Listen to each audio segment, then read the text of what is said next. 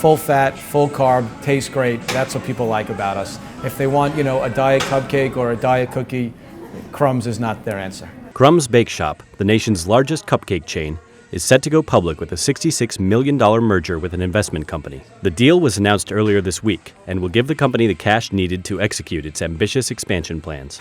We'll finish 2010 with approximately $31 million in revenue, with a run rate revenue of about $38 million. Reason being is that we opened up about 10 stores in the fourth quarter of 2010. So if all of those 34 stores had a full year, our revenue would be approximately $37 to $39 million.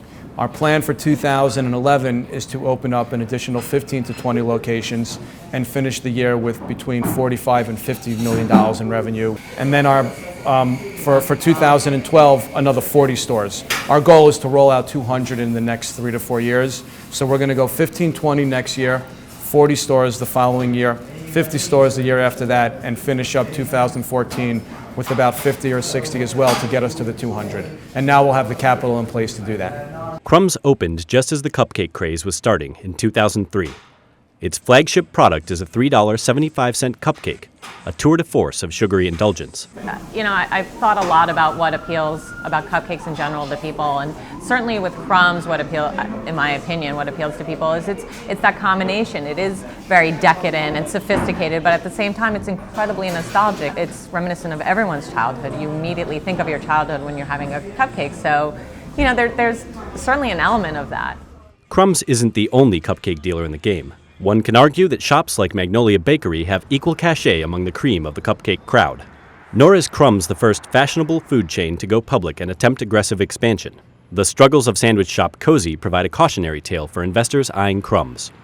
But the owners of Crumbs are convinced that they have the recipe for success. Under the terms of the merger deal, they could benefit substantially, depending on the performance of the company's stock once it is listed. That will happen sometime next month. To Jason Bauer, the cupcake chain is still a fresh idea. He laughs off as half-baked the critics who warn of a cupcake bubble. We have 8 years of positive comps. Our first store that opened up on the Upper West Side in 2003 has grown by double digits every single year for 8 years. At what point do you start saying, is this a fad, and start looking at the numbers, which I do, and realize that it's a business? The Bauers will continue to run the company after it has gone public. After all, a good chef doesn't change ingredients in the midst of baking. This is Mac William Bishop for DealBook at the New York Times.